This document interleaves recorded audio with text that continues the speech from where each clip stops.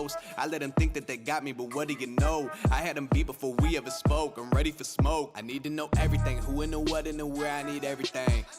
Trust me, I hear what you're saying, but act like it's new what you're telling me. I'm curious, George. I hop in the Porsche, 5 and a horse. I'm ready for war. I'm coming for throats. To turn to a ghost, I need to know everything.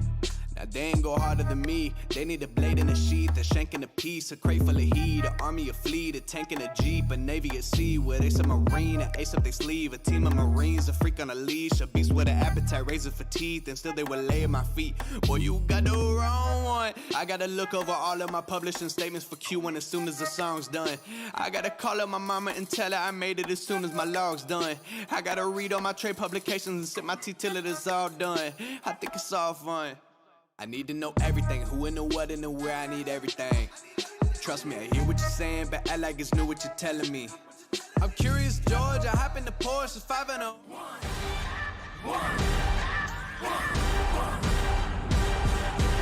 Mr. Young and Foreign. Kick to the gut! Kick to the gut. Kick to the gut. Kick to the gut. Kick to the gut. Kick to the gut. Kick to the gut. Kick to the gut. Kick to the gut. Kick to the gut. Kick to the gut. Hey, kick to the gut. Kick to the gut. Kick to the Gut podcast. Kick to the gut podcast. Kick to the gut.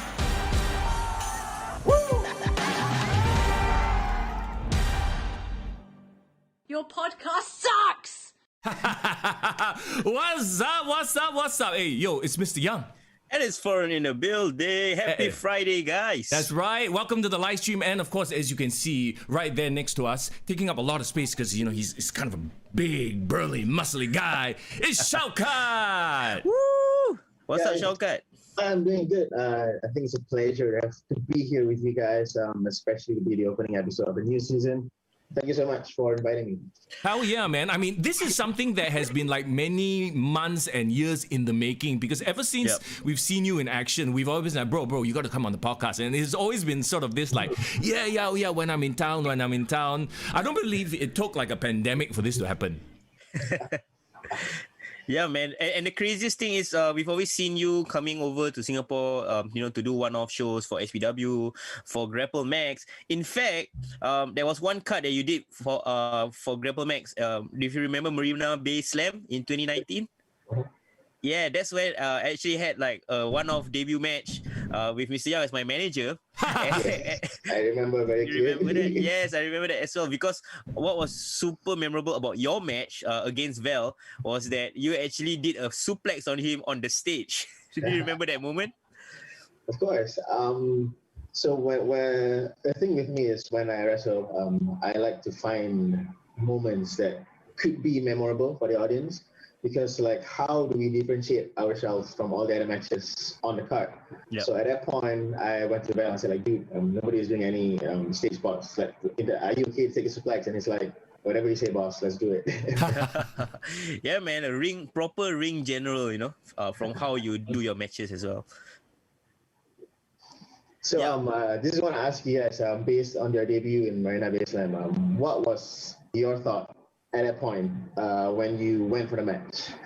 Oh man, you're turning the tables, making the interview about us now. Yeah, why not?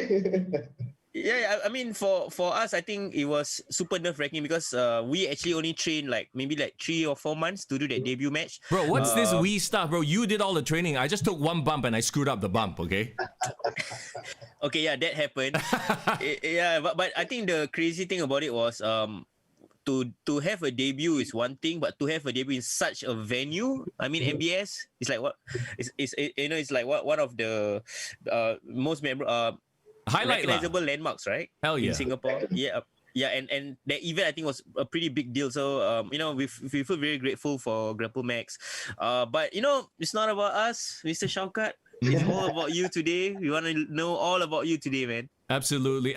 Very quickly though, let me give a shout out to Zen, who's in the chat right now. Referee Zen, yo, what's up, man? Lalang Squad, want to say hello as well. Hidayah, who's hanging out also. SY8NSK8. I don't know how to say that. Big shout out to you guys. Thanks for dropping by the chat. And anytime you have a question for Shaukat or any wrestling related questions, please feel free to type it in chat. We are here for you. That's why we're doing a live stream, because we want to be interactive. Yeah, bro. And it's great to see all the Malaysian representatives turn up for Shaukat. Shout out to Lalang Squad all. Nice. Yes. Thanks, guys. Appreciate you guys so much. But yes, right now we want to turn the spotlight on you, Shaukat. First of all, obviously things are a little bit different over there in Malaysia. How has the pandemic changed things for you in the past, year plus? Honestly, I do feel like the pandemic is a blessing in disguise, mainly because when it first happened, that was the moment when I thought to myself that, I could choose to either be down and out and, be somber with the whole lockdown thing and everything, or I could try to do the best of my time and be productive and do something about it. Yeah. And that was when I connected with my mentors, like Tom said, Sin Bodhi especially, and then Booker T as well. And from there, I have learned a lot of new things that instantaneously leveled me up in a sense where I'm more mature in the business sense of pro wrestling. And I think that that was what made me brave enough to start up APAC Wrestling. Oh, so all this happened after the pandemic started and not before? Like, it wasn't like the plans were already in place, or? It actually started from the first lockdown. It was early of last year. That was when I started learning pro wrestling more in depth, especially the business side, the business aspect. And that was when I thought to myself, like, you know what, Shaukat, you've already started Malaysia Pro Wrestling, you've already started pro wrestling in Malaysia. Why not take a bigger step? Like, let's try to do something more consistent. And that was when APAC Wrestling came to mind. And I just worked my ass off to make sure that it came to fruition. Right. Yeah, I got a quick question with regards to that. Can you share with us, like, what was the initial plans for MyPW going into 2020? I mean, before the virus all happened, what was like the timeline that was supposed to be for MyPW, and share with us the process on like how you say, like, how that lockdown turned into this opportunity to create APAC Wrestling. So basically, before the whole lockdown thing, my plan moving ahead with Malaysia Pro Wrestling is to do monthly shows, like for us to have monthly shows consistently. And we started all the way in October 2019, actually. And it went very well, October, November, December, January, February, and then the lockdown happened, and then we couldn't do anything anymore. Right. And that was when I thought to myself, like, because like MyPW, Malaysia Pro Wrestling had always been my passion. It was my baby after all. And its main purpose was to develop new talents. Its main purpose was to be a platform for students to perform on and to get actual experience working in front of a crowd and learning how to work a crowd, psychology, be better in a ring craft. But then I also thought to myself, like, I need to create an industry where these guys can go to once they're good, where they can make money, where they can make a career of it. That was when I went crazy and I went and pawned off my land. And that was how I started APAC Wrestling. It was a gamble. It's a huge risk, but it's an industry that needs to be created, because as long as we're not paying our boys, as long as there's no platform for them to make money from, to make a living off as pro wrestlers, the industry will not grow. So that was how APAC came to mind. So in terms of like, aesthetics and all that kind of stuff aside, right, is APAC sort of superseding MyPW, or are they going to exist together? I mean, how does that work now? Right, so the initial plan with APAC and MyPW is that MyPW was supposed to be the platform to groom younger talents, to train them, and become a living ground for them to actually have experience working in front of live audience, because that is the most important aspect of pro wrestling, learning how to work a crowd. But after the birth of APAC Wrestling, something happened along the lines of where my former partners in Malaysia Pro Wrestling don't see the same direction as I do. And that was when, I think it was about 2 months back or so, when I announced that I officially resigned from MyPW, and I have left MyPW and just wish them the best of luck. Hopefully they can grow in the way they want to, while I focus on APAC Wrestling and grow the way that I want to. Right. Okay. So essentially, of course, like you were one of the founders of MyPW, but essentially now you're going off in another direction. So APAC is like your 100% focus right now, while MyPW is still running. It still has under a different ownership. Is that what you're saying? Yep, true. MyPW is currently under new management, and they plan to, I have no idea what the plans are, but they plan to do stuff towards their own direction. which is something that is different than I have. And, okay. yeah, so basically we've separated paths. Okay, I mean this is news to us, man. Yeah. So like I don't know whether this is breaking news or is this something that you've announced officially, or does the fans or people in Malaysia know about this already? I did announce this like a few weeks back about me resigning and leaving my PW.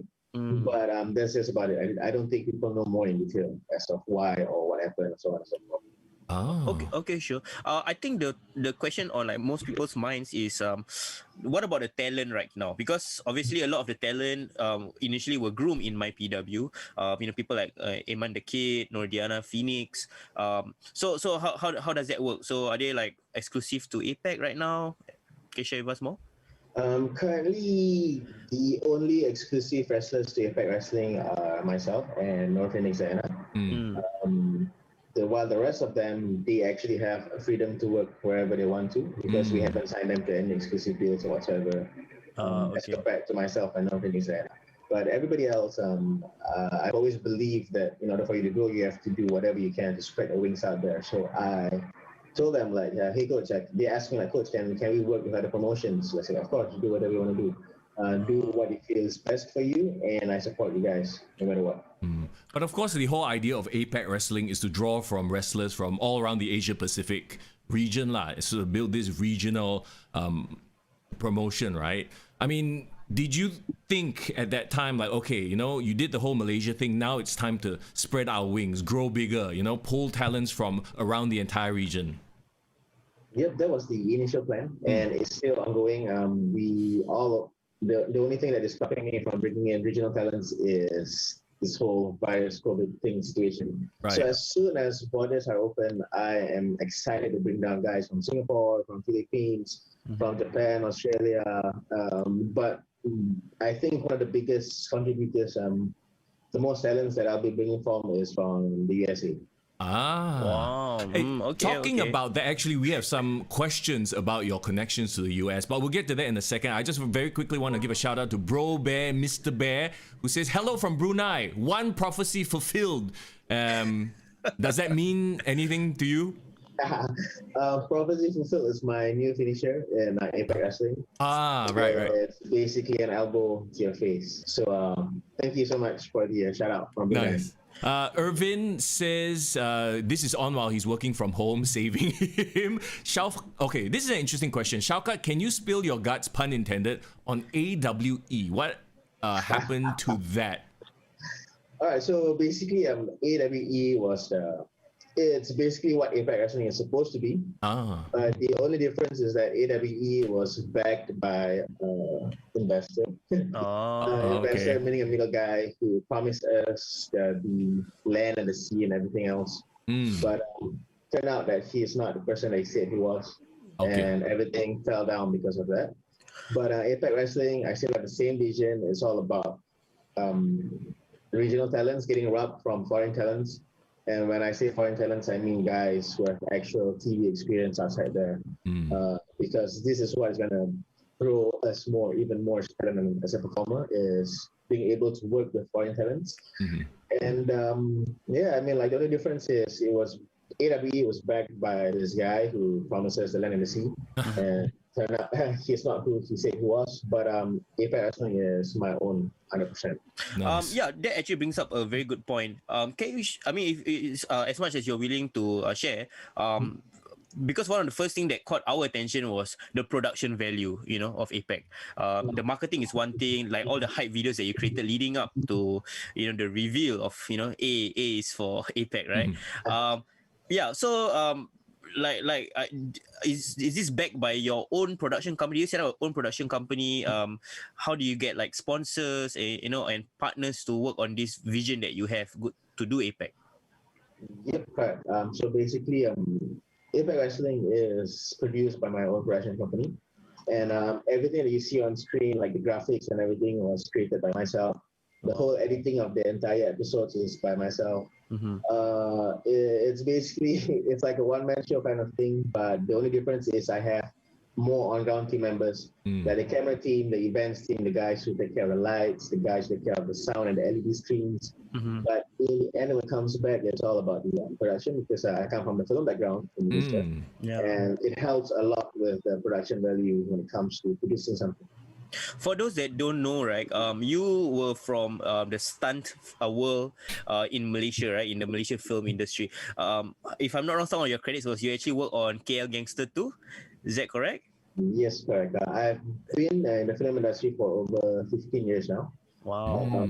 Started out as a stunt performer. KL Gangster 2, I actually did the choreography for the final fight scene. Wow. And besides that, from stunt performer, I went up to choreographer, from choreographer to action director. And currently I'm directing my own stuff, and I'm also producing as well. So in life, it's a matter of growing. So I started as a stunt performer, and now I have my own production house. Yeah, so I'm curious to know, to share with us your love of, stunt work. What was your background, and how did wrestling come about, or is it organically you were a wrestling fan and then stunt work was what you fell into at first? That's the perfect assumption. Because honestly, I do love pro wrestling. I started watching pro wrestling when I was a kid. My first match was when I was 4 years old. I watched the Undertaker versus Kamala Survivor Series casket match. Wow. And been a fan of pro wrestling ever since. Yeah. And because there's no such thing as pro wrestling in Malaysia all the way growing up, I lean more into combat sports. For those who don't know, I was a professional Muay Thai fighter and MMA fighter in Malaysia. Oh, wow. Before I went into the stunt world, because with the fighting background, I naturally I went to doing stunts. And from doing stunts, I was like, hey, you know what? Let's do stunts. So why not? I'll try to use my knowledge and start something in Malaysia. Wow, and that's awesome, man. Very awesome. And also the film industry in Malaysia is really, really big. So share with us about like how that actually parlayed your idea into setting up your own film production company to back your wrestling. Because it feels like you're marrying both your professions in a way, using whatever you learn from the film industry, putting it back into wrestling. Yeah, that's another perfect assumption, that I'm actually marrying both of my passions together. Growing up, I've always loved filmmaking at one point, and I also love pro wrestling. I actually studied diploma in medical lab technology, and I graduated with first class honors with promises of scholarships and everything. But I turned it down because I'm the kind of person who believes that I need to pursue my passion. Like once I got a diploma, I was like, look, mom and dad, this is an Asian parent thing. So like, they want me to have a backup plan. So it's like, look, mom and dad, I already have this diploma. I'll go to it when I need to, but I have to pursue my passion. Yeah. So that was when I went to filmmaking full time. So the thing with pro wrestling is, it truly is some sort of production. Oh yeah. And in a way, it's also filmmaking and stuff. So when I do my production stuff, if you notice the production value is a bit different. It's mainly because my knowledge and my experience in filmmaking, and it plays a very important role in trying to bring up the value of pro wrestling. Because there's thousands of indie wrestling promotions in the world, but what usually makes one stand out is its production value. I mean, if you watch the shows on YouTube right now, right, APAC Wrestling shows, you can tell, like, the way it's edited, and plus the way everything is set up. It's dark, and then you have the big screen. It almost looks a little bit like the Capitol Wrestling Center if you watch NXT. You know what I mean? I was like, oh, that's a vibe. That's, what they're going for. I really, really like it.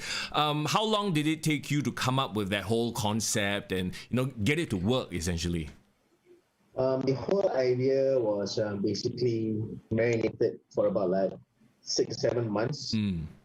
But from initial construction to the end of the construction of the studio took about only a month. It was basically me kicking the asses on the contractors to say, like, look, this is my plan. I want you guys to make this happen. The only thing that I'm unhappy of is the space that we have. It's quite small, which resulted in a smaller ring. But that's not an excuse to put out a good performance as well.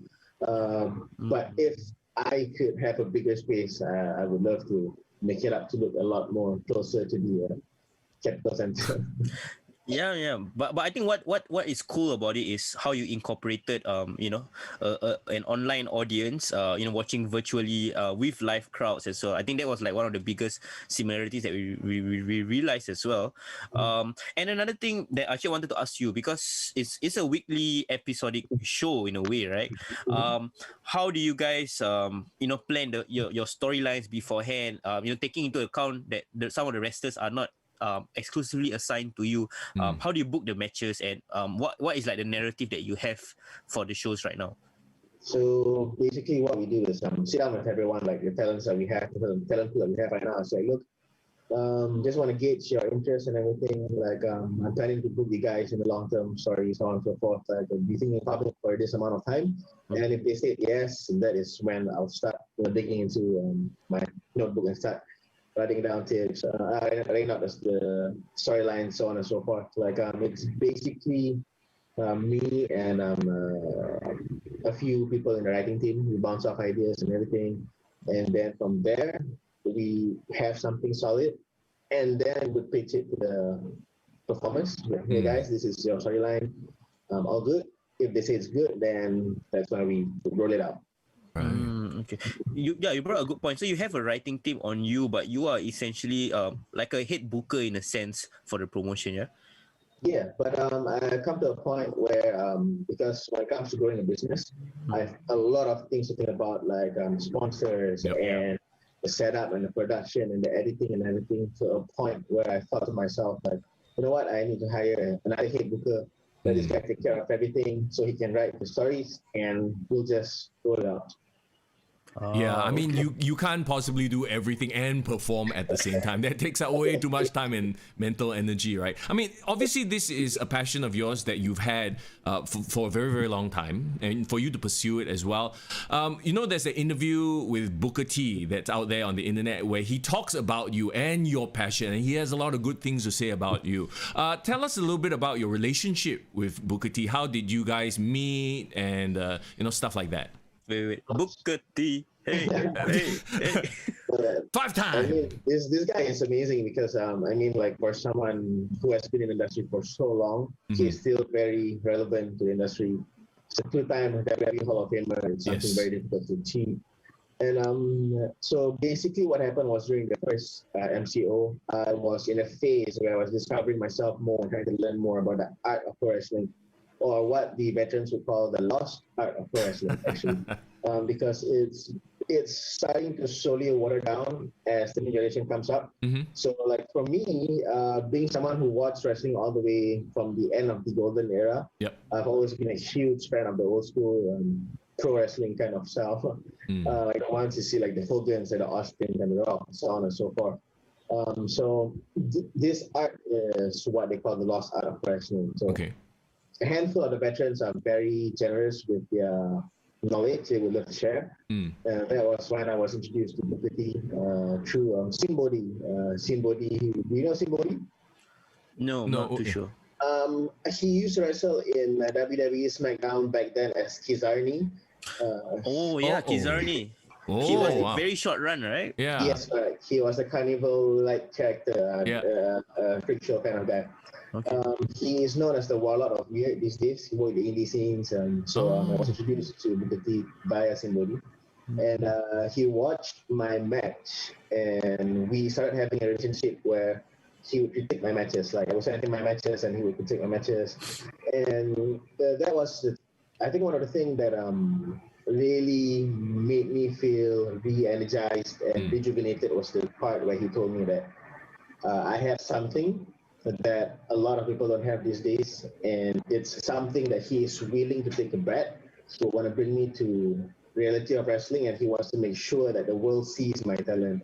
Wow. And because of that, I felt like, damn, I'm actually doing something right, because like being somewhere in Southeast Asia, we don't have a lot of people who have TV experience or legends to basically guide us. So we're in the blind. We're just performing and hoping that we're doing the right thing, and so on and so forth. Because I've come to a point where I felt that I'm boring as a performer. I've come to a point where I felt like I cannot compete with the guys in the sense of the performing wise, so on and so forth. because of my old school mentality. I thought the fans got bored of me. So when someone like Booker T, I mean, like what he says carry weight. So when he told me that, that was when I thought to myself, like, damn, I'm actually doing something right. And it rejuvenated me. And if you hear the things that he had to say about me, and he said it with such passion, and he said it with such passion to a point where I felt so happy to have a legend like him putting me over in that sense. One great thing that he mentioned was, yes, and you also brought it up, that he actually wanted to invite you over to a Reality of Wrestling and come train with him. So are those plans like still ongoing? What's like the timeline on that? Because we definitely would love to see you go there and definitely make your mark, especially make a representation for Southeast Asia. So Booker T basically, he cannot wait to get me there because first of all, he's scared that I might be snatched up by someone else before he gets to introduce me to the US audience. But it all comes down to when the borders open, when we're allowed to travel, when we're allowed to fly there. But it's still pretty much very on. I think the interview he did with Stadium Astro was last month. It was still very recent. We still keep in touch all the time. Sometimes his director will always contact me, director of Reality of Wrestling. He will contact me and just keep in touch and say like, hey, we're so interested to get you in. Just keep staying in shape, keep training, and hopefully we'll be able to bring you soon. What are his thoughts on what you're doing with APAC Wrestling right now? They are amazed with what we're doing for something very, very new. The production quality is commendable. And one of the things that he loves the most, not just him, and most of my coaches and mentors in the United States, one of the things that they love the most about APAC Wrestling is the fact that we are bringing back old school wrestling. If you guys follow APAC Wrestling, I am very, very strict when it comes to storytelling, ring psychology, and basically bringing the best out of old school pro wrestling, psychology, and storytelling into pro wrestling again. Nice. So, i.e., no flippy shit for the sake of flippy shit, lah. Yes, exactly. Like you need to have a reason, like why you want to flip. One thing I like about your wrestling style is that you remind me of those like very old school bruiser types of wrestlers. You know, very meticulous. Every single hit is with intent, as Stone Cold likes to say. You lay your shit in, you know. Tell us about some of like your own personal wrestling influences. Who do you enjoy growing up is one thing, but who do you pattern your wrestling style after? All right, so I think one of the things that Booker T mentioned in the interview was spot on. He says that he reminds me of the greats of the past, but at the same time, I also represent what is current wrestling. So that is what I'm trying to reintroduce again. Like, just I know, like people these days, they love to see the athletic stuff as well, and they also love to see the hard-hitting stuff, like from Japan, the strong style and everything. So I try my best to mix the old school Western storytelling and psychology along with the believability and realism of Japanese wrestling and indie wrestling as well. But to answer your question, growing up, I think my main influences in creating Shaukat and my style has to be the Undertaker. The Undertaker in a sense where the way I move, my expressions, the way I carry myself in the ring. And then you can see a little bit of Bret the Hitman Hart in it as well. I'm very heavily influenced by Tajiri as well. And I think it's growing up. Like one of my comebacks is the power up thing, and got that pretty much from Hulk Hogan. Hulking up, yeah. Like for me, I'm a very old school guy. Like I love guys like Undertaker, Bret Hart, Razor Ramon, Tajiri, basically guys from the end of the golden era to the new generation in wrestling. Right.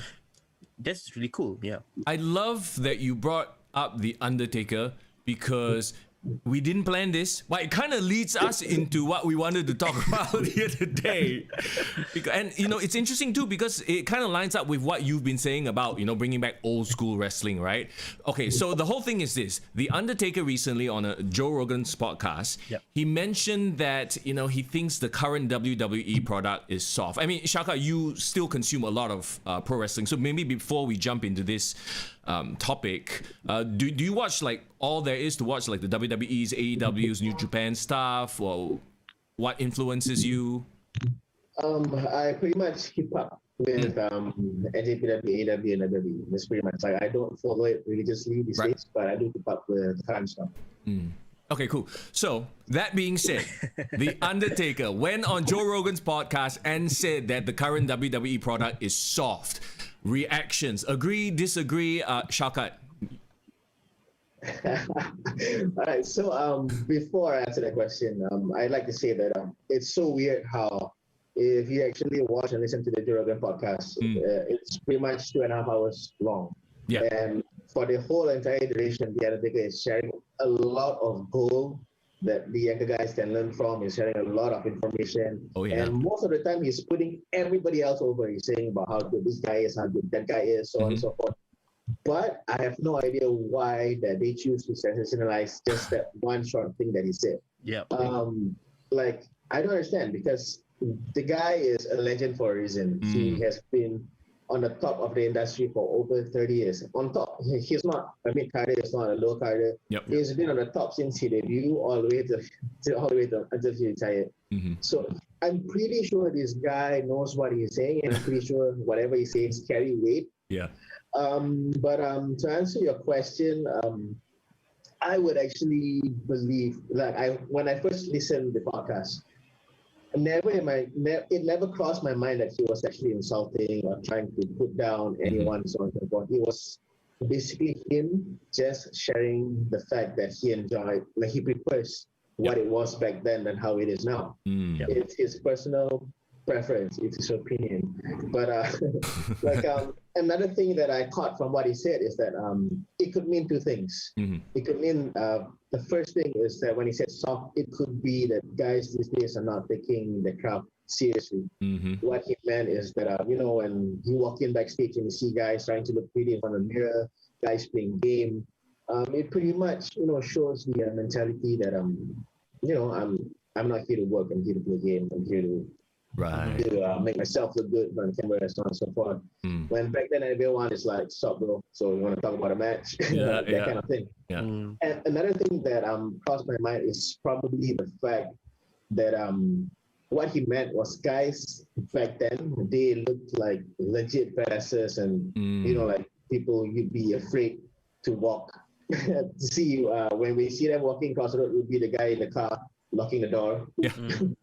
Because they look legit scary as compared to the guys these days. These were the two takeaways that I got from what he said. I don't find a reason why one should be offended over someone else's opinion, because I do believe that this world is filled with opinions. Like everybody has an opinion, but it doesn't mean that opinions are correct. Opinions are just opinions. So like for me, I would always take something on the surface level. If it's good, it's good. If it's not good, I'll discard it. Like there's no point being offended over someone's opinion. I think I kind of skipped the question because I'm afraid to answer. No worries.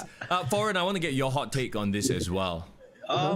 It's actually very funny to me because I actually agree with Shaukat. When I've heard the podcast as it is, like I listened to all 3 hours of it, right? Nothing that he said, nothing that he said was actually shocking or controversial. If you really listen, like I said, if you listen to the what he said in context, right?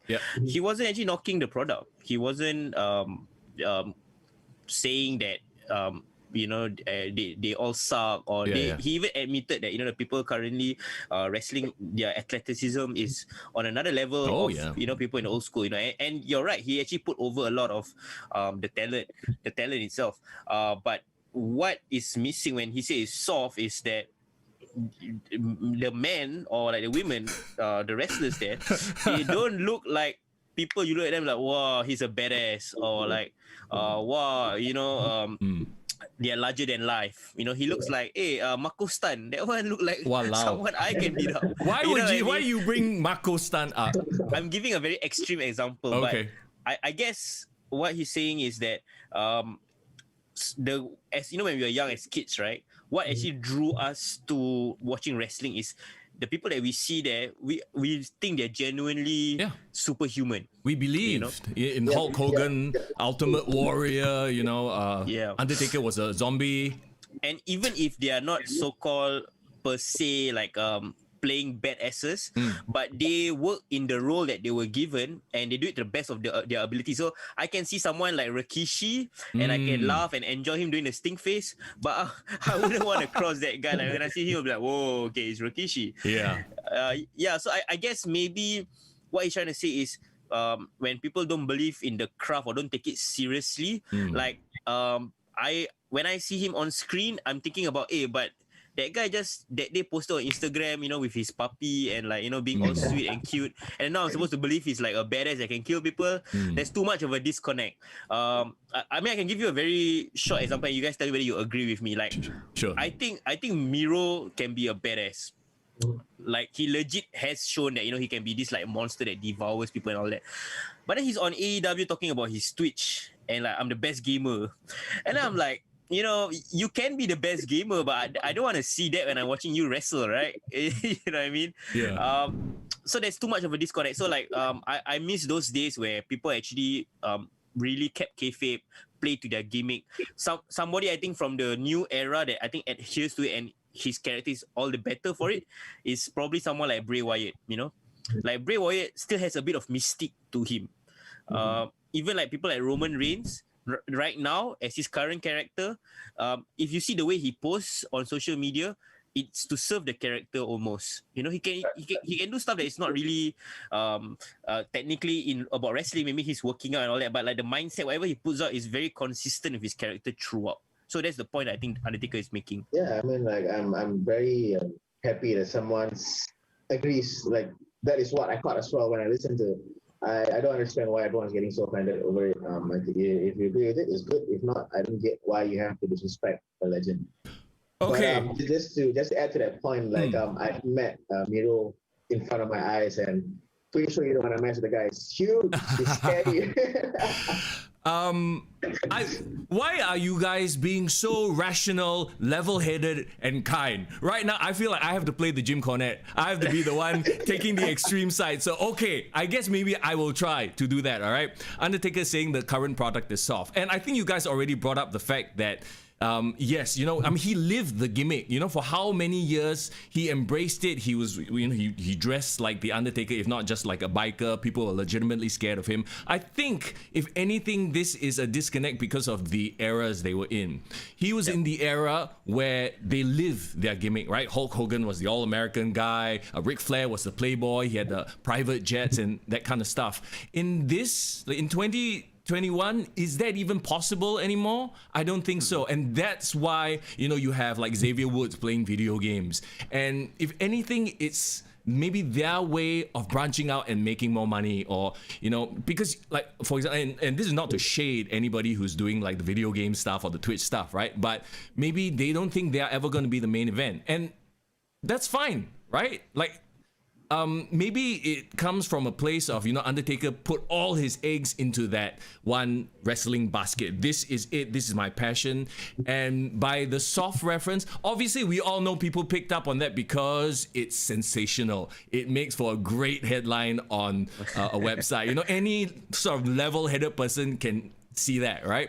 But I also feel like maybe I won't say he doesn't quite understand, but he comes from a different era, so he has that different mentality. Like, yes, you should be living your gimmick, as opposed to these other folks who are like, hey, I can make side money here, make side money there, and who knows, they might be making as much or even more than the Undertaker. I mean, look at people like Paige, look at people like Zelina Vega. You know what I mean? Yeah, but okay, when he says the wrestlers today are soft, right? Yep. I wouldn't generalize and paint the entire brush and say all wrestlers right now are soft. No, of course. No, he says the product is soft, and he references the Attitude Era, and that's another thing too. It's like, this is a creative thing, and now the company is a different animal altogether. Back in the Attitude Era, it was all about fighting off WCW, right? And then now it's like shareholders, you got to be socially responsible. Like, I mean, you're not going to get away with sacrificing people on your cross or your symbol anymore. Yeah, that's true. But the funny thing is, right, that era was actually the era that was so hot, that was so mainstream, yes, they got so much attention. We're still talking about it 20 years from now. I'm not going to be talking about anything that happened in 2011. Yeah. So is it fair to say that era was more hard, stay hard, than this current era. No, right? I think these guys and gals still go hard. If anything, actually, like in the past few years, if you look at the women's division, they've really brought it. Because they wanted that mainstream attention, right? So they really brought it to the table. Yeah, and we're not denying the toughness of the wrestlers right now. No. If you look at someone like Cesaro and Sheamus, I don't think they are pussies, you know. I think Aleister Black can really silat kick my head off, you know, like. So it's not that it's the way it's presented, correct? And I mean the thing is, I think it's just to reiterate again that even the Undertaker himself said that the industry has evolutionized, and what he is saying is just his opinion. So like I said, opinions are opinions, and he's not saying that playing games are wrong. He's not saying that looking pretty is wrong. All he is trying to say is that, look, I prefer how it was back then than it is now. And he didn't put down anyone, in my opinion. It was just him giving his opinion that he, prefers one way than the other. Just like how you prefer your Hello or your Chennai. Yeah. Well, I mean, okay, and if you think about it, right, Mark Calloway is not a stupid fella. He knows how to generate heat and content. So, I mean, in a lot of ways, he probably did that on purpose. If anything, to A, generate that controversy, and B, to fire up the boys and the girls in the locker room. Yeah, exactly. Yeah, exactly. I honestly thought he's trying to a fire up their asses. Like, it's a work. That's probably something Stone Cold would do, something Vince McMahon would do. Exactly. I would do as well. Like there was once I tweeted on my Twitter account, I said like the girls in WWE, they look more in shape than all my guys on IPW. Ayo. I did that once, but it was a light-hearted tweet, but I started getting hit from it, not from my boys, not from the MyPW guys, from everybody else on the region. They were like DMing me, like, dude, take this down. It's so rude. It's so wrong to say this kind of stuff. It's like, okay, up to you guys. So I took down the tweet, but I understand what he did. Let me quickly jump in the chat here. Kevin says, perhaps one of the biggest problems facing the industry is talent taking things too personally, be it comments from legends like The Undertaker or win-loss records. Yeah, I believe so. We live in this social media age, right, where everyone's a little bit thin-skinned. It's interesting content to be offended, I feel, sometimes, because like one person says something and I must reply, then another reply, and it generates interactions. Yeah, I think it's all about ego as well. Like being a performer, being a pro wrestler, and being an athlete is like you need to have zero ego whatsoever, because in a sense that in this world, in this life, no matter who you are, no matter what you do, we are all in a journey where we are still learning and discovering ourselves. And I never ever think that it's wrong to take criticism from someone. Yeah. Like for especially legends, guys who when they say it carries weight. Like for example, if Booker T would say like, dude, you shouldn't do this at this point. You know why? Because it's taking away the momentum out of the match. I'll be like, yes, sir. Thank you for teaching me. I'll try better next time. Instead of, you know what? You're an old man. You don't know anything about pro wrestling. You are out of touch. So it's all about ego. I mean, it's all about bringing your ego down and like taking in what people have to say about you, especially guys who know what they're saying, and taking it to improve yourself. It reminds me of this story. If you guys remember, Leo Rush. He got released from WWE, and I saw some of the Twitter beef that he was involved in. I think he had like a back and forth with Mark Henry. Yeah, and I kind of get it because from Leo's Rush point of view, it's like he doesn't want to deal with all this like old school hazing, old school like paying your dues, like I'm better than that, blah blah blah.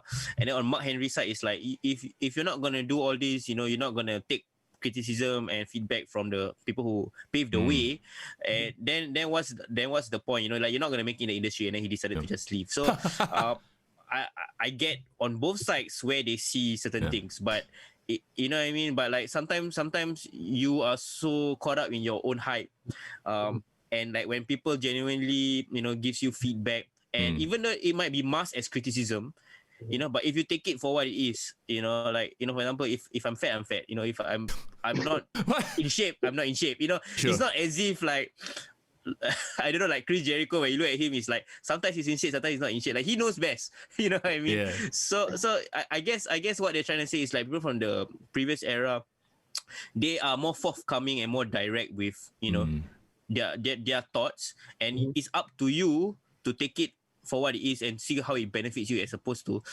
just get so offended by everything. There was this very interesting quote, right, that I read. Life offends me. Everyone's going to offend me. So if life offends me, I'm going to overcome it. Yeah. You know what I mean? Yeah. I mean, bro, I feel like this is an old person thing as well. We all know that old person in our lives are always trying to tell us stuff, right? And so at the end of the day, isn't it just a balancing act to take, yes, your, people who have had the experience, take that, but also apply it to your own life right now. So yeah, you take the experience, but you also use your experience, because let's face it, right? The Undertaker didn't have to deal with social media. Can you imagine if The Undertaker lived in an era of Twitter, Facebook, and then people would be commenting on how, oh, he looks so fake, or a zombie, ? And then got memes about him. I mean, it's a completely different animal. So I don't think he actually, in a way, gets what the current generation is going through.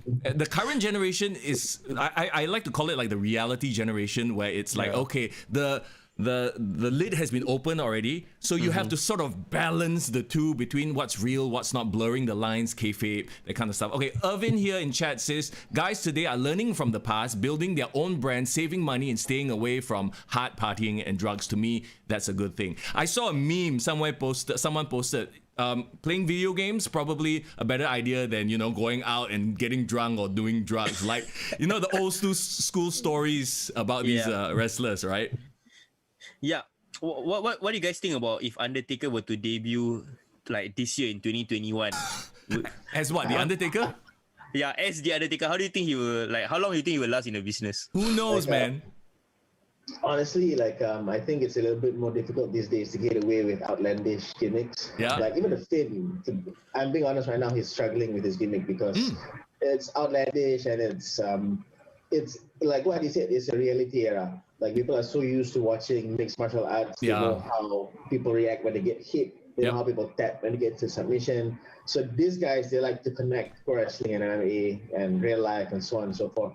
So what I was taught by my mentors is that you have to find a middle ground and find a character that people can relate to, and at the same time it's on the borderline realistic, because the more people can connect to your character, the more they're gonna love you.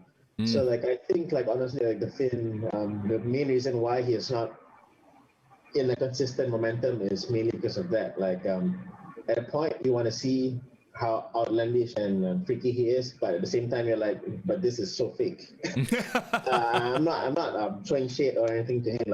I love the dude, I love his gimmick, but I think it's this era, it's making it so much difficult for him. I mean, that's an interesting point of view on the Fiend. And just to wrap up this topic in a bow, Daryl says criticism helps wrestlers to improve. Absolutely.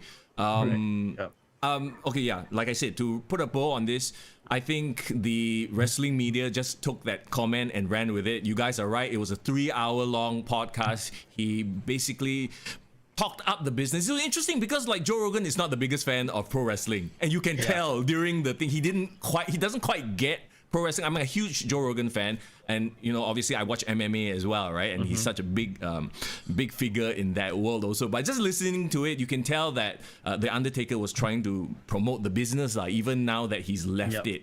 So I only took away positives, and it was just that one line that people had a field day with. If nothing else, right, the fact that Joe Rogan invited Undertaker on the podcast, Mark Calloway, Mark Calloway, yes, not Roman Reigns, What I'm trying to say is Undertaker is culturally relevant enough that he's on this big platform, and you're right, he's using it to promote wrestling even. I think if nothing else, right, from that conversation, probably Joe Rogan came away thinking, you know what, this guy is a badass. What wrestlers go through is actually not that easy, man, because I can remember him always reacting wow, you guys wrestle 300 days in a year. Wow, that's insane. Bro, as someone who's listened to his podcasts for a very long time, many years, he never used to have that point of view until his fans started telling him about what they go through. Because previously he was always like, oh no, I can't deal with this, He wasn't a fan of pro wrestling at all. No, that armbar looks so suspect, that kind of stuff. Because he's the MMA guy, right? But he's slowly grown to appreciate it because of his fans sort of educating him as well, and him talking to all these people. Yeah, so if there's no other better ambassador, even now, like Oh yeah. Undertaker is retired, I think he's the perfect ambassador to like, promote wrestling as it is. Yeah, especially because he doesn't have obligationary ties to the company anymore. So he's allowed to say things that are crossing the line, so on and so forth. So I think it's the perfect ambassador for wrestling. Yeah. Irvin mentions a very good point. Would wrestling be more successful if people played along and suspended their belief, but not so much, but don't mock it as much?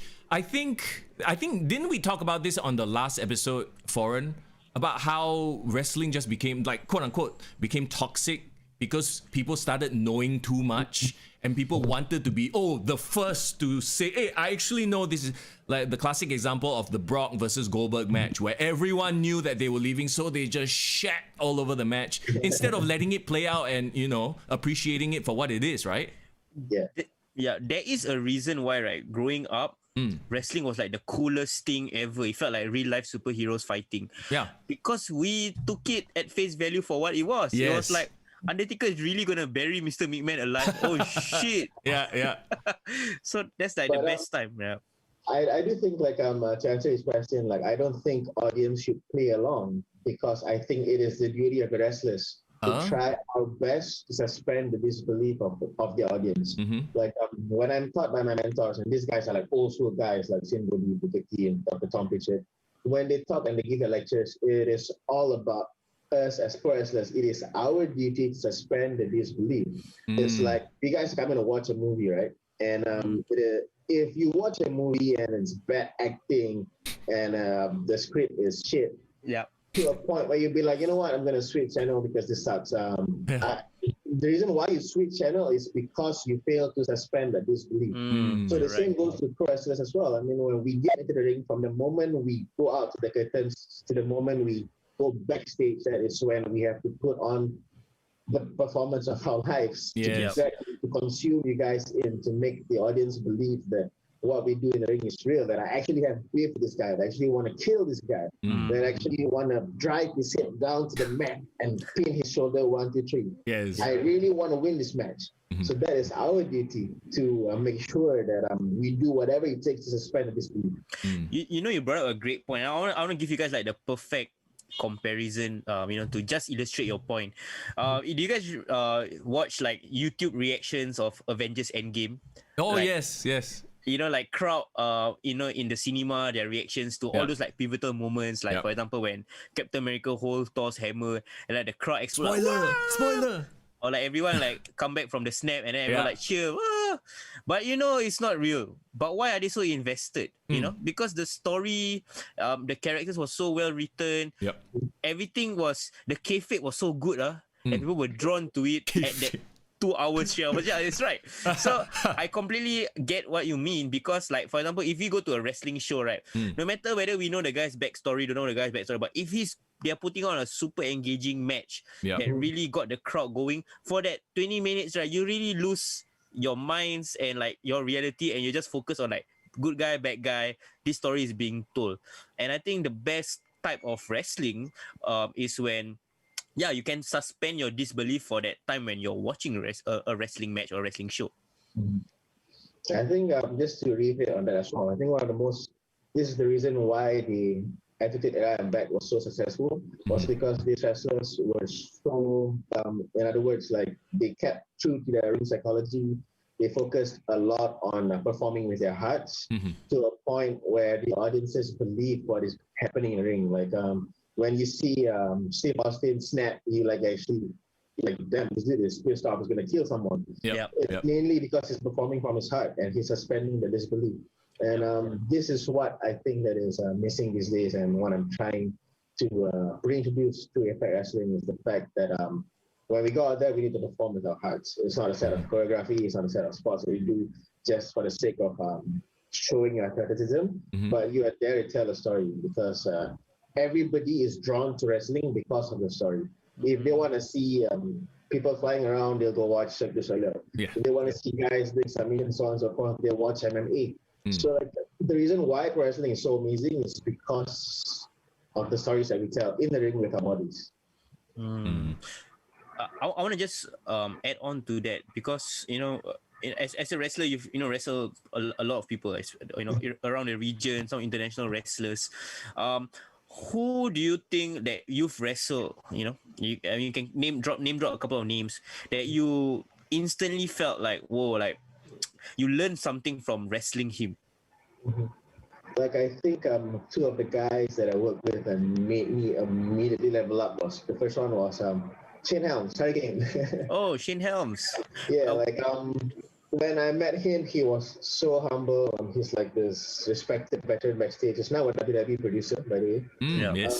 So when I was with him backstage, a fun story was that he was supposed to go over the night because obviously I wouldn't want to because like growing up, I idolized the Hurricane through his feud with The Rock. Yeah. Why? Because he's this small-sized guy. He's in the mid-cards, but when he had a feud with The Rock, it was so amazing to see an underdog taking on such giant, and he beat The Rock in the feud. Yep. So I idolized him for that. And Where was this match at?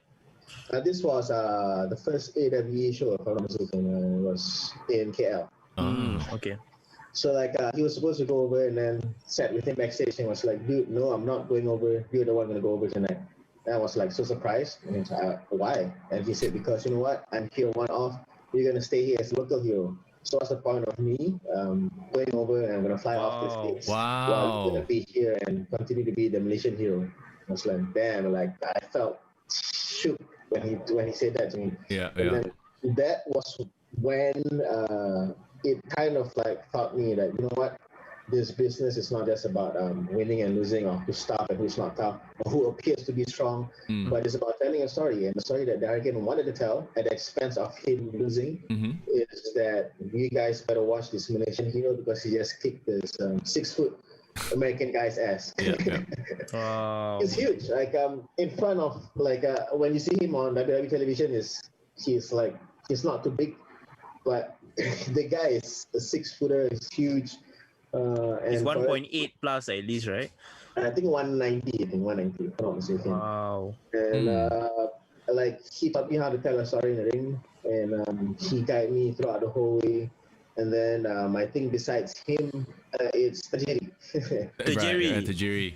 Oh, Tajiri was crazy, man. He didn't want to plan anything. He was the first person who taught me how to go into a match without calling, call everything in the ring spontaneously. So basically we just planned the plot points, the story that we want to tell. Yeah. And then he was like, warm up. So it's like, sir, are we gonna discuss? Nope. Wow. Veteran. That's true, veteran. No. I panicked and I got scared and everything. And then when I got into the ring with him, that was when he guided me through everything. He became the ring general. It was like, relax, reverse, do this, do that. So he talked me throughout the entire match, and it was a 28-minute match. It was crazy. Wow. To be able to call everything on the fly, and that was when he taught me how easy it is to wrestle. Actually, it's about telling a story. It's about playing with the emotions of the audience. It's not about the moves that you do. Right. Crazy.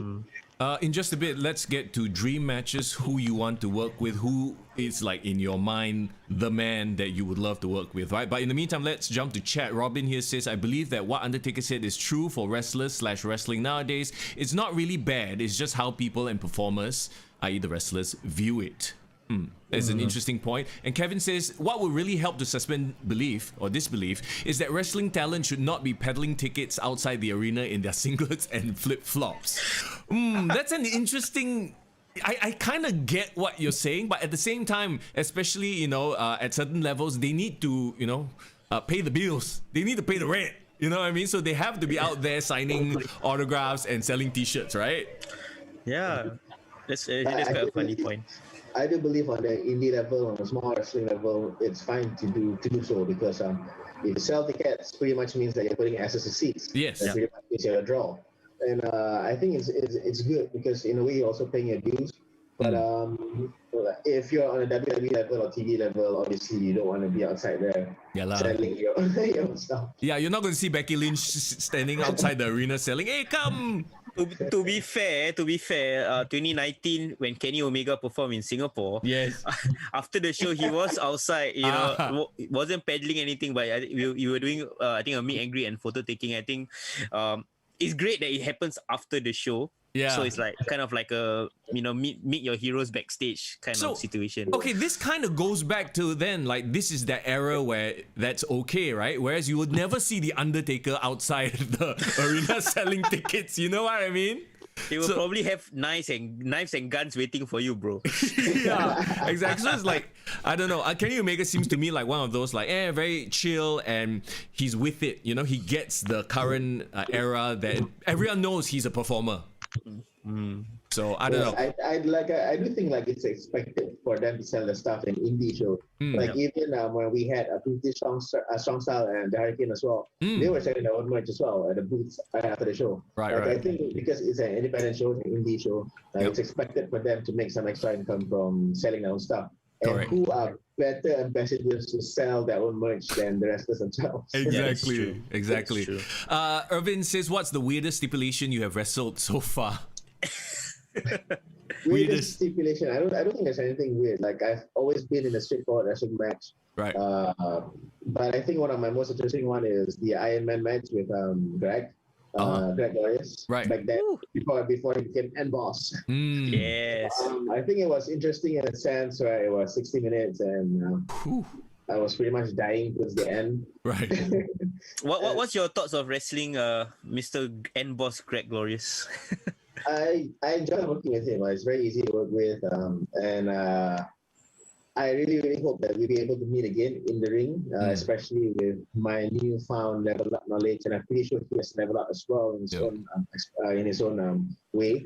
Yeah, so for sure. I would really love to meet with him again in the ring and tell beautiful stories. Nice. Next level, boss fight coming up soon. Lalang Squad says we were there with Kenny Omega. Kevin says Omega was peddling sign posters for $20. Hey, a man's got to eat, right? A man's got to eat. Okay, let's talk about those dream matches. Who would be on your like dream list of people to work with?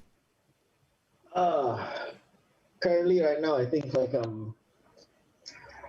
honestly, like one of my dream matches is wrestle Booker T, and I don't think that is impossible at all because he himself has shown interest in wrestling me myself. Oh my gosh! Like he even mentioned like you know what, whether it's in Houston or whether it's in Malaysia, it's gonna happen. So I'm pretty excited about that. Like for a legend to see that they want to work with me. Yeah. And especially Booker T, like I think we'll be able to tell a great story together, especially of how he was the one who inspired me to start wrestling in Malaysia. He was the one to say like, Shaukat, if you don't start wrestling, nobody else will, so you better start. Nice. That was when Malaysia wrestling was started. Like I think we'll be able to tell beautiful stories just based on that alone. Yeah. And second, I think my eyes is set. I don't know if it's ever going to happen, but my eyes is set on Karrion Kross on NXT. Oh, yes. For a few reasons. I think it's very interesting that we were born on the same day, like 19th of July. Okay. We also share the same birthday as Ho Ho Lun and Jinder Mahal. So random. Fun fact. Born on the 19th of July. So we have one guy from Hong Kong, one Canadian, one Malaysian, and one American. Wow, they're fatal four-way match right there, man. For the birthday, is it? Match. Yeah. So like I want to face Karrion Kross because number one, I think we share very same personalities. Like if you follow him on Instagram and if you follow me on Instagram, the things that we post are very, very similar. And sometimes I will share quotes, and then the next day you see him posting the same thing, like the exact same quote. Oh, right. Wow. And then the thing is, my new finisher is called Prophecy Fulfilled. It's an elbow, but from the front. And his new finisher is an elbow to the back of the head. Yeah. It's like, dude, bro, I think like we have something telepathic going on between us. Yeah, you're soulmates or something. You just haven't met yet. Yeah, but I think it'd be interesting to have a match with him because I like his style. He is very familiar with me in a sense where we mix old school wrestling together with new school wrestling. Daryl says Shaukat versus Minoru Suzuki. And damn, yes. Yeah. I forgot that name. yes. Definitely is on the dream. He is definitely on dream list of for me. Like for me to be able to face it's either Minoru Suzuki or Tomohiro Ishii. If I would wrestle someone from New Japan. I'd love to get my face slapped and kicked and my feet broken by them. Can I wait? I think it would be an honor to be beaten up so bad by them, but I'll spit right in the face and tell them to hit me more. Nice. Can I just say, no one broke kayfabe more than Tomohiro Ishii, right? When I came across, if you guys know this, he actually starred in a music video with a J-pop singer. What? She did? Yeah, and he played the love interest. Oh my god. I swear, guys. What's it called? I'm going to check it out after this. I can't remember the girl's name, but you just YouTube this Tomohiro Ishii Japanese music video, and you will see the first search. Okay, music video, not any other type of video, huh? No, it's legit a music video. Okay. Because for this is just random. I'll just go do a random a rant. But like there was this YouTube cultaholic like list where like top 10 wrestlers who appeared in music videos. Oh. And it's like the most like random crap I've ever seen. Like AJ Styles appeared in a country music stars music video. It's like a Taylor Swift type of song. Somehow I'm not surprised, to be honest. Yeah, he he fits plays that. the plumber, bro. I swear. And then like in that list, Ishii was being like this badass guy walking, like slow motion at the beach. And then like the girl behind was like chasing after him. I swear, it's like very Japanese music video, like the typical karaoke type of song. Oh my gosh. So yeah, so like if you talk about like, when I think of Ishii, like yeah, he kicks ass, he's a badass. And then like another side of me thinking like, alamak. But he was like a love interest in a J-pop music video. Anyway, Zen, I hope that answers your question about Japanese wrestlers that Shaukat would like to face. Ramus, hey, what's going on, man? Ramus says Shaukat versus Ken Shamrock. Ooh. Oh, damn. Like, I like how all the street fighters names are all coming out. Because, I think I have been playing on the fact that I am a catch can instructor. Like, I'm certified by Snake Pit USA. As a catch can wrestler, I'm very, very well versed when it comes to catch wrestling, but I don't use it in my moveset mainly because of the new generation, old generation kind of thing. Like, right. I do use it a bit, but I do understand that the audience within this region, we don't really enjoy watching cane wrestling, so I kind of not use it. But to those who notice, they'll notice some catch can stuff that I'm putting inside. But yes, I mean, like I do love to work with guys like Shamrock, Suzuki. When you talk about catch can, are you like modern wrestlers that use it? Is it like people like Timothy Thatcher? Yes, right. That type. Timothy Thatcher he is trying to bring back catch can, but I think one of your guys, I think Aiden Rex as well. He's a very, very good wrestler as well. Aiden Rex. The only thing that when I had my match with him, I didn't portray that because it was his specialty, his submissions. So I played down that just to put him over in a sense where he's a better grappler. For those who don't really know catch can you explain more a bit about like the philosophy of that style of wrestling? Alright, so catch can pretty much means like the name itself. Catch can. Like I can submit you from any position, from standing, from sitting, from lying, from side. Because when it comes to grappling, like wrestling, the ones you see on the Olympic, it's mainly your main goal is to pin your opponent to the mat or to take them down. But for catch can, our main aim is to break your fingers, to maim your neck, and to break your neck, break your back. We are dirty wrestlers. We're dirty fighters. Shoot wrestlers in a sense. Yeah, and in a sense where like Brazilian Jiu-Jitsu is a very position-based grappling. Like you have to be in specific positions in order to put in pulls and so on and so forth. But catch can, whatever part that we catch, that is when we can make something. Okay, that makes sense. Catch whatever you can catch, lah. Yeah. Exactly. Irvin, Like, I think the perfect wrestler that uses catch can is Josh Barnett. Irvin Josh just Barnett, said Josh Barnett in the chat, by the way. Also Shayna Baszler. Zen suggested Sakuraba as well. Sakuraba, yes. Zen suggested Shaukat versus Drew Gulak. Oh yes, he once called himself the Lord of Pain. Yes, The Prophet of Pain. Okay, I don't know if this is an inside question, inside joke or what, but Irvin also says, do you think you have more than a 25% chance against Scott Steiner? Big pump. Yo, bro, Steiner Mats, bro. There was one guy on our Instagram DM wanted to ask you as well. Who would be your dream tag team partner in APAC Wrestling? My dream tag team partner in APAC Wrestling. I think I've already partnered with her before. It's Diana. It's no feelings, Diana.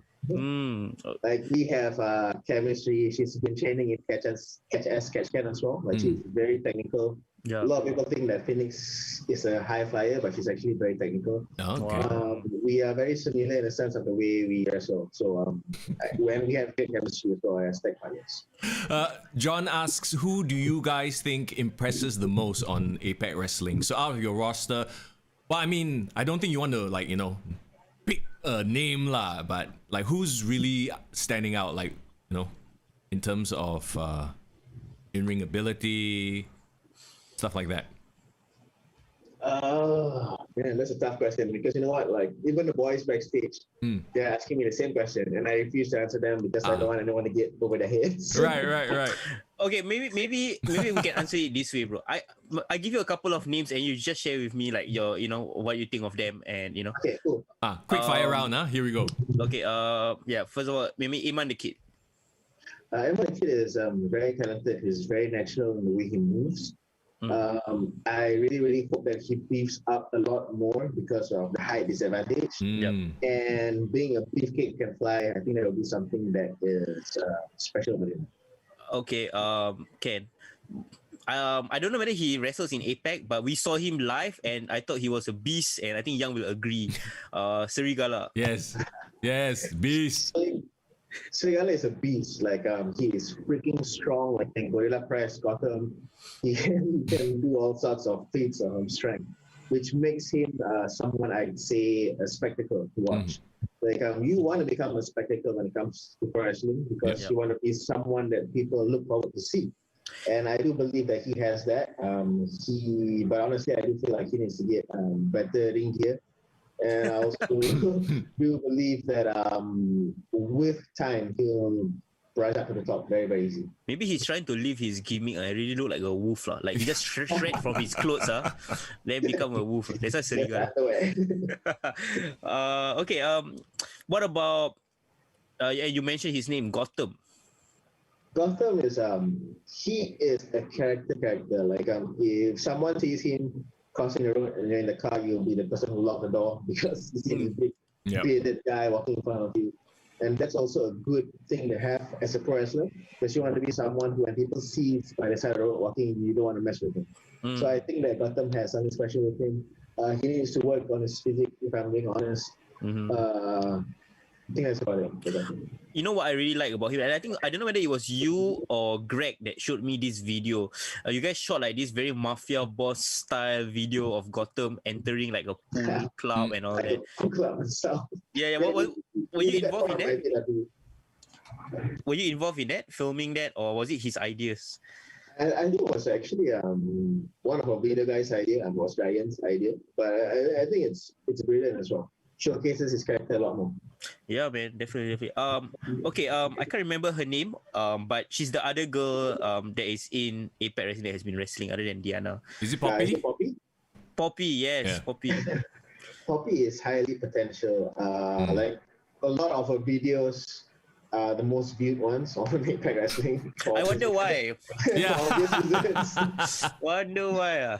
But I wouldn't discredit her just because of her looks. Like she actually does have the work ethics of someone that is who wants to always improve. Like she's the kind of person who goes to the gym, who diets, and then she trains. And I do think she has potential. It's just that it's just a matter of putting focus and attention to wrestling. Who is someone from the roster, right? Like, overseas fans, people like us who don't really know in depth about Malaysian wrestling, that you will point and say like, okay, in 5 years time, like you guys gotta keep an eye on this guy. From the top of my head right now, I would say obviously no Phoenix Diana, obviously for obvious reasons. Yep. And then if I could choose a few more, it would be Serigala. Also for obvious reasons. And I want you guys to watch out for the reincarnation of JY Eagle, who is JYE now on APAC Wrestling. Okay, cool. He's very, he's highly potential. He's a very fast learner. He listens to instructions very, very well, and he's always willing to learn. If I'm And- not wrong, he actually came to Singapore and did some shows with Yes, I Grapple think Max, right? he wrestled Grapple Max and he wrestled in SPW as well against Andrew Tang for the C Championship. Nice. Okay, Young, please join in with me as well. Sure. We're gonna give you like a bonus round, like a fast round. I'm gonna give you a couple of Singapore wrestling names. Okay. You can just share a quick story of like your experience wrestling them, or like what do you think of them in general. Okay. So Young, you wanna start first? Sure. How about we go with Boss Greg? And Boss Greg is visionary. He's very driven, very easy to work with, and someone that I want to wrestle with in the future. Okay. Yeah. Statement is someone that I felt like our match fell short because I got myself injured during the earlier part of the match. Yep. But I felt that we could have done a lot more magical things together if I was 100% during the match. And I do want to wrestle him again. He's a very, very great individual. He's very caring. Like, even after the injury, he would always check up on me. And he's one of the guys who have always been supporting me, even with APAC Wrestling. Right. Nice. What about Traxxas? Traxxas is, I honestly believe that he's one of the hidden gems of Southeast Asia. Like, he has the height, the looks, and the athleticism of an amazing pro wrestler. And he's someone that I want to share a ring with one day down the road. And he's also one of the guys who would always support my stuff online. Nice. Oh, right. Okay. What about the Lady Killer? The Lady Killer is the crypto god. Yes, cryptoweight champion. Somehow it like if you mention Lady Killer right now, like I would forget about the wrestling side, but I would always know him as the crypto god because of the way he shares his stuff and everything. But what I love about him is he's very chilled and very relaxed, and he's like there's this silent observer kind of person. Yeah. Like but I always enjoy talking with him. Okay. It's dope, man. What about Alexis Lee? Alexis Lee, I think one of the stories I remember the most about her is she was supposed to have a triple threat match with Phoenix and Poppy, and then during the rehearsals, I think she busted her lip open like very, very bad, and I remember bringing her to the toilet and cleaning up her wound for her. Yeah. I think she is someone highly potential as well from Singapore, mainly due to the fact that she's been around longer than mostly everyone else when it comes to the women's wrestlers. And hope to see you again soon. Okay, I got one more maybe. DJ Kel. Oh, wait, hold on. You got a sound effect. Hell yeah. DJ Kel is someone that I do believe has potential as well, which is one of the main reasons why during our first AWE shows I brought him down. I do believe that he has the work ethic as well, because like I've seen him working on his physique.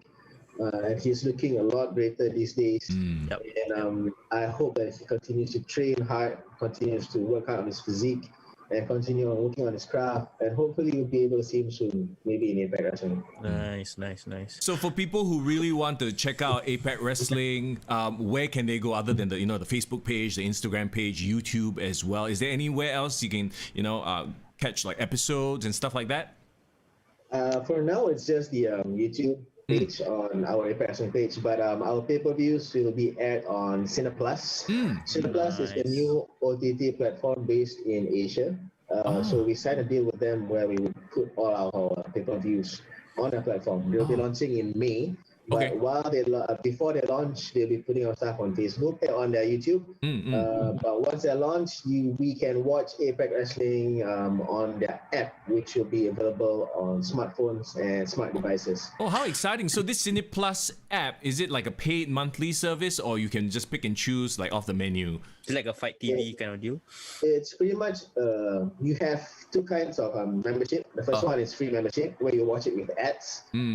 The second one is a paid membership where you watch your content without ads. Oh, you can choose everything. You can choose whatever you want to watch, any movies, any series, so on and so forth. Right. Yeah, what else will be on that platform? Like Asian cinema, or what kind of shows? Asian stuff, Japanese, Korean, cool. Malaysian, Singapore, Philippines, Indonesian. Yeah. Okay, you actually was a great segue that you start talking about TV stuff, because we got a couple of questions left. One of the things I really wanted to ask you about is this project that you're apparently attached to, Gila Gusti. Yeah, because I follow Malaysian films. I'm a big fan of like what you guys have over there. So last year, you guys did a MMA film called Sangka, right? Which blew up, was a big hit for MMA fans. So now, from what I understand, Gila Gusti is something for the pro wrestling fans. Can you tell us more about that? So basically, Gila Gusti is an effort by APAC Wrestling. So it's also a collaboration by APAC Wrestling, where APAC Wrestling plans to be something that introduces pro wrestling to a mainstream level. So besides pro wrestling, we will also be doing variety shows, game shows, and then we also produce our own films as well. Wow. So we have a lot of films down the road, but Gila Gusti is the first one, and it stars a lot of APAC wrestlers inside of it as well. You see names like Elizabeth Tan as well inside of it. So Mr. Young, basically, you know who Elizabeth Tan is, Mr. Young? Huh? You No, know no. who's Elizabeth Tan or not? No, but I heard you woo, so I was like, oh, must be. Okay, I'll send you Instagram later. What the hell? Okay. So it's basically a film about pro wrestling, and it touches about the backstage side of pro wrestling as well, not just how it is as the front, where you see and you have to suspend your disbelief. It also shows the human side of wrestlers, so on and so forth. I think it will be fun for wrestling fans to watch. It's not too heavy, it's not too light as well.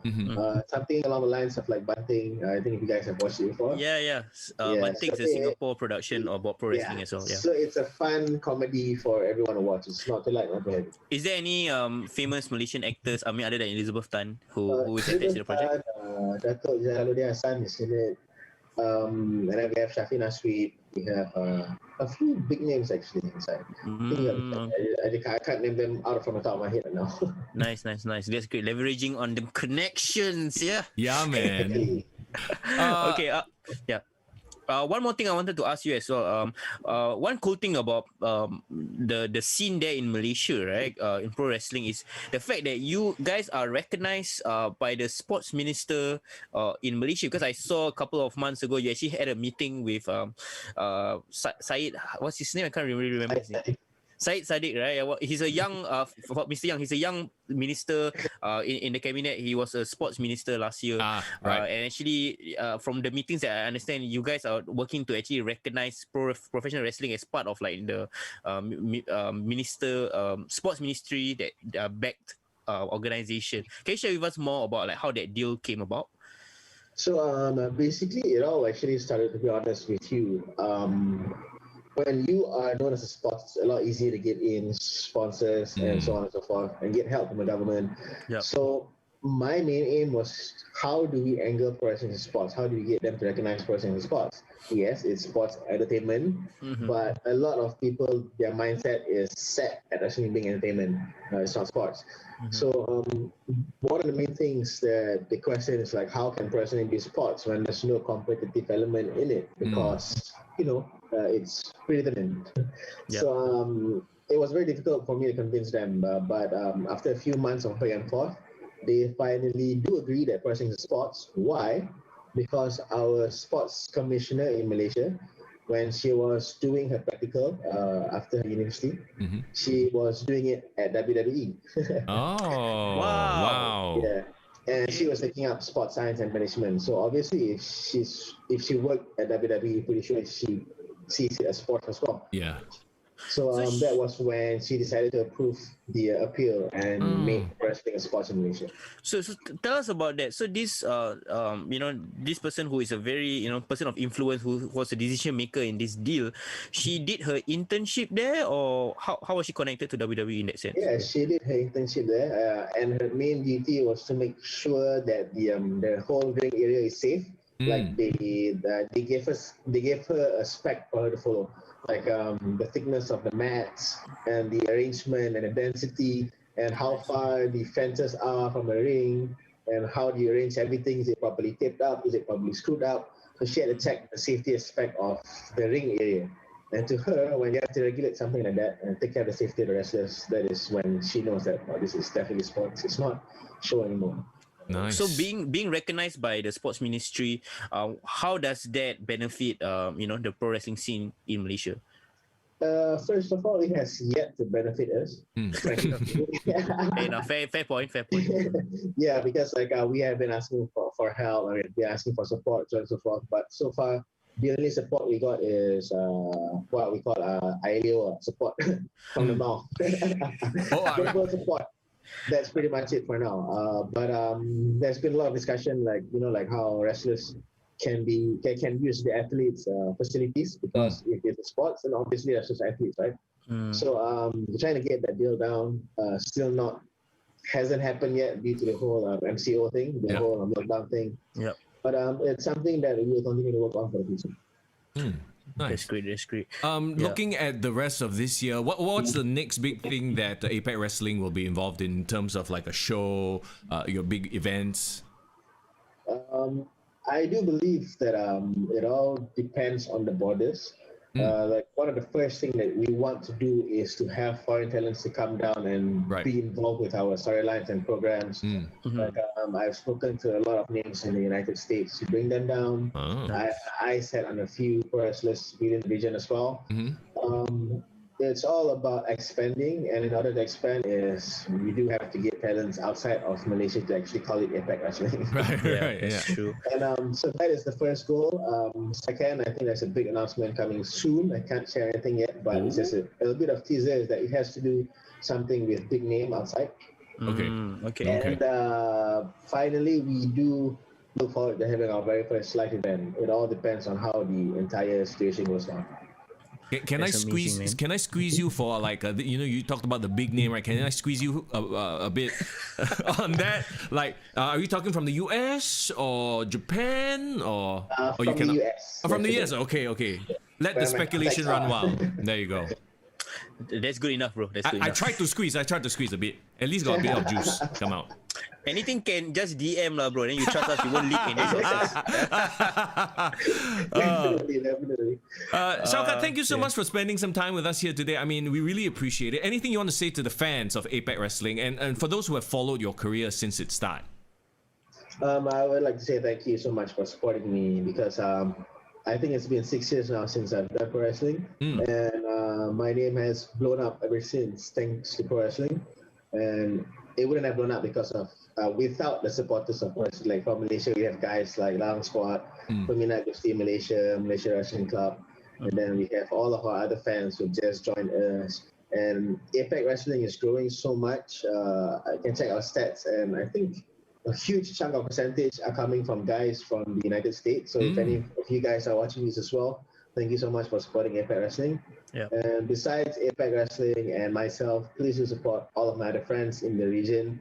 All of us need your support, because without support, we'll be stagnant. There's no place to go, there's no place to grow. And not just support the wrestlers, support all the promotions as well. Whether in Malaysia, we have APAC Wrestling, we have Malaysia Pro Wrestling. In Singapore, we have Grapple Max, we have Singapore Pro Wrestling. And then in Thailand, we have Top Dojo, we have Gato. Gato is Top Setup Pro Wrestling. And then we have friends from all over the world, like NWF in China, so on and so forth. Like, wherever you are in Asia, pretty sure there's an independent promotion that is trying to grow. Do support them, because without the support, we'll stay stagnant and we're unable to grow. And here in the podcast as well, here in Kick to the Gut, even though yes, we are primarily based in Singapore as well, our goal this season, we've done 100 episodes so far in the last 2 years, over 3 seasons. Our goal right now is to not only be something that is a representative voice here in Singapore, but we also want to shed the light and get people who listen to our podcast regularly to learn about wrestling beyond Singapore, in the region, Malaysia, Thailand, here in the Southeast Asian region and beyond. So it will be really, really great, for us as well. It benefits us as well that we get to interview someone of your stature, of your profile, and we can learn about the scene there in Malaysia and what you hope to achieve in the Asian Pacific region as well. So thank you so much, Shaukat. Yeah, man. Pleasure is mine. Thank you so much for having me on Kick to the Gut, finally. Hell yeah. Bro, I can't wait to make a road trip whenever we can, finally travel to go down and watch a show. I think that is very high on our list of to-dos. And not just to Malaysia, but yes, to around the region as well, to catch the local wrestling, because it's completely different to see it live. I mean, as well, right? It's a different story to see it live versus to watch it on the screen. Yep. Definitely. And I'll get you guys updated as soon as I can. As soon as the situation gets better and we get a date, I'll let you guys know. For sure. Eh? Nice. With that, once again, Shaukat, thank you so much for your time and gracing us with your presence and stuff like that. We will catch you down the road. And you right now, watching this live stream, we want to say thank you for being here, for dropping by the chat, everybody in chat. Let's see. I want to give a shout out to Irvin, to Zen, to Remus, to Lalang Squad, to John, to Daryl. Okay, I can't read everybody's name, but if you were here, we appreciate the time. And if you're listening to this on Spotify, listening to the podcast version of it, thank you so much as well. So, as always, it's Mr. Young. And it's foreign in the building. And we got Shaukat, who is too humble to big up himself, not like us, but there he is. Yay! Take See care, you guys. guys.